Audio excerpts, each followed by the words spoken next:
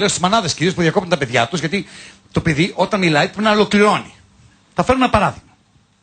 Ο Γιαννάκης, κάτι έτοιμη μια μέρα, ένα παιδί είναι αυτό, και τρέχει σπίτι και αρχίζει να λέει την ιστορία στη μαμά του. Μαμά, ήμουν στην αυλή στο σχολείο και έπαιζα και ξαφνικά είδα το αυτοκίνητο του μπαμπά να μπαίνει στο δάσος με τη θεία Ιουλία. Ακούω το αυτοκίνητο και τον είδα να δίνει στη θεία ένα μεγάλο φιλί και τη βοήθησε να βγάλει την μπλούζα της. Μετά η θεία τον βοήθησε να βγάλει το παντελόνι του και τότε η θεία σταμάτα του λέει η μάνα του. Αυτή είναι πάρα πολύ ενδιαφέρουσα ιστορία, Γιαννάκη. Να μας την πεις το βράδυ στο τραπέζι. Να δω την έκομπά σου. Όταν θα μας την πεις. Κρατιέται το παιδί, που το έκοψε. Έρχεται το βράδυ, λέει, τρώγανε, λέει, πες Γιαννάκη την ιστορία να ακούσει και μπαμπά σου. Ξεκινάει πάλι. Ήμουν στην αυλή του σχολείου και έτσι έπαιζα και ξαφνικά είδα το αυτοκίνητο του μπαμπά να μπαίνει στο δάσος με τη θεία Ιουλία. Ακολούθησε το αυτοκίνητο και τον είδα να δίνει στη θεία ένα μεγάλο φιλί και τη βοήθησε να βγάλει την μπλούζα της. Μετά η θεία τον βοήθησε να βγάλει το παντελόνι του και τότε η θεία ξεκίνησε να το κάνει αυτό το κάτι που έκανε η μαμά του θείο Ανέστη όταν ο μπαμπάς ήταν στον Εύρο στρατιώτης.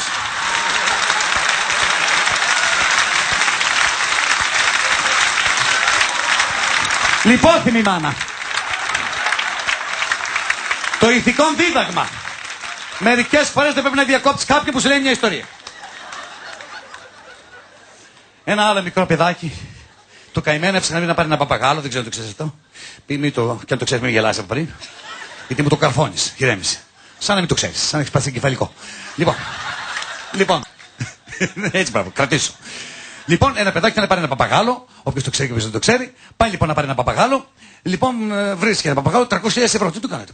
Λέει τα πάντα, χέστονε. Πάει παρακάτω, βλέπει 200.000 ευρώ. Τέλος πάντων, απελπισμένο το παιδί, είχε παπαγάλο. Περνάει ένα μπουρδέλο, ακούγεται ένα παπαγάλο, έλεγε έτσι πάνε για στα μάτια. Λέει πόσο κάνει αυτός? Πάρ το παιδί μου, του λέει 1.000 ευρώ. Τον παίρνει λοιπόν, του το δίνει τσασά.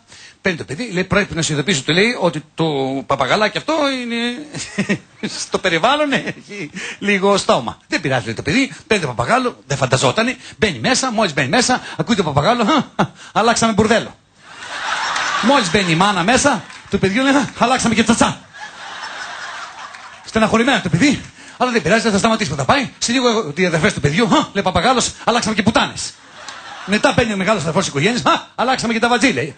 Το παιδάκι ήταν σε δύσκολη θέση, λέει. Τι να κάνει, μαμά, λέει, πριν έρθει ο μπαμπάς. Άστο, μα λέει να μπει και ο μπαμπάς, μπαίνει και ο μπαμπάς. Το βράδυ κουρασμένο στη δουλειά, λέει παπαγάλο. Αλλάξαμε μπουρδέλο, αλλάξαμε τατσά, αλλάξαμε τα βατζή, αλλάξαμε πουτάνες, αλλά και ο Γιώργος τακτικός πελάτης.